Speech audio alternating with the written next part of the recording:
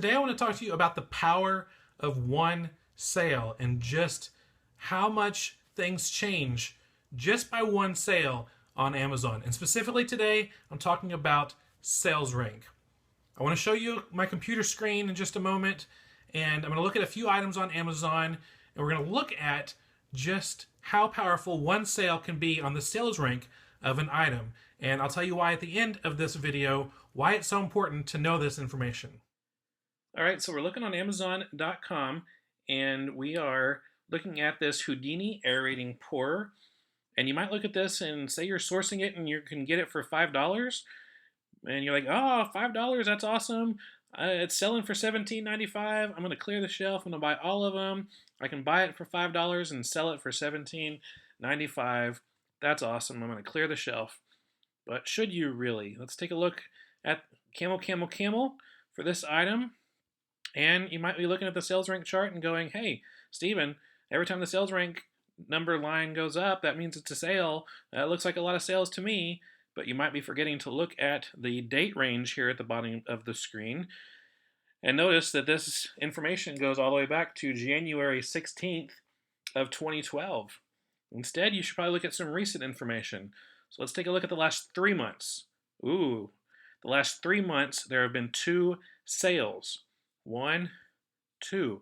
2 sales in 3 months. That's not a very fast mover. That's not something I would clear the shelf and buy all the items, and that I just would pass on this probably completely. I mean, the best sales rank this had in the last 3 months was 64,876. Now, say you're outsourcing on April 25th, and you come across this item and it's ranked 64,876. You might be thinking, that's awesome. That's an awesome rank. I'm going to clear the shelf. But you just need to take a moment, look at CamelCamelCamel or Keepa, and check out the sales rank history to see if that's always the case, if that sales rank is always the case. Because just the day before, the sales rank was hovering around 264,000. So one sale took this item from being ranked 264,000 to 64,876. Just one sale made it jump that much. Let's take a look at another item. This is a Nordic Ware seasonal conversational heart pan. Again, priced to $17.99. Let's see how often this thing sells. Take a look at CamelCamelCamel. You see a bunch of lines again, but now you're starting to realize I need to check and see how recent this information is. All right, though this data goes back to February 25th, 2010. Let me take a look at the last month and see how many sales in the last month. Ooh, 2 sales in the last month. 1, 2. Again, not a quick mover.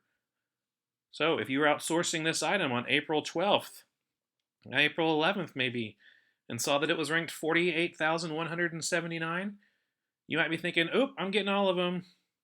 But just the day before, it was ranked 166,000. And then a few weeks later, it was ranked 184,000, and one sale jumped it from 184,000 to around 55,000. That's one sale that made it jump that much.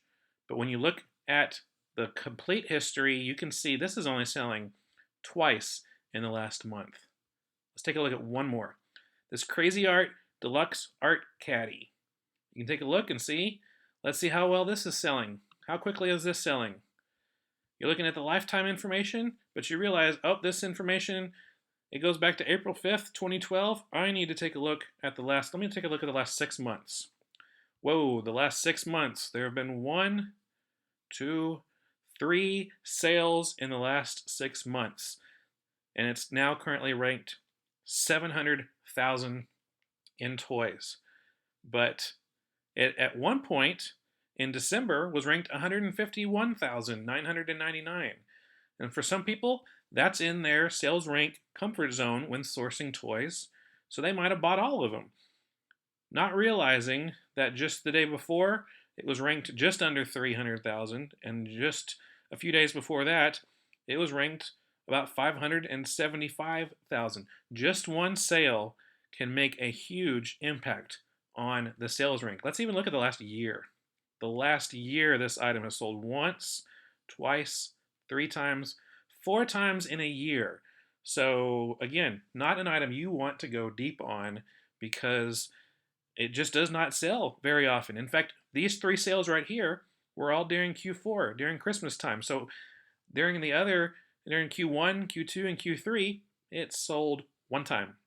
Again, not an item I would like to source. So don't just look at one day's sales rank, because just yesterday it could have been 650,000. So just understand how important one sale is to the sales rank of an item, and knowing that will help you understand you need to look at the sales history and look at the timeline so that you can make a better prediction about the sales when it comes to the future.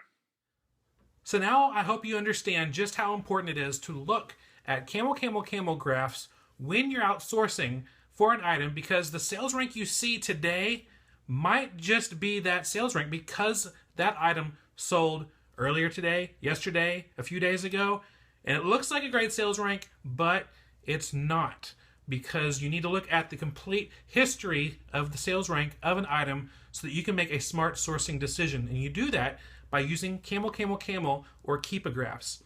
And if you want to know more information about how to use CamelCamelCamel or Keepa, come head over to the blog, fulltimefba.com. We have over 100 blog posts that can help you with your Amazon business, including several on CamelCamelCamel and Keepa. Head over to the blog, be sure you subscribe. If you have any comments or questions about this video, or you want to like this video, you can do it below. And be sure you subscribe to this channel so you don't miss out on any upcoming videos to help you with your Amazon FBA business. And as always, if you want to learn about turning part-time hours into a full-time income, hang out with us over on the blog, fulltimefba.com. I'll see you there.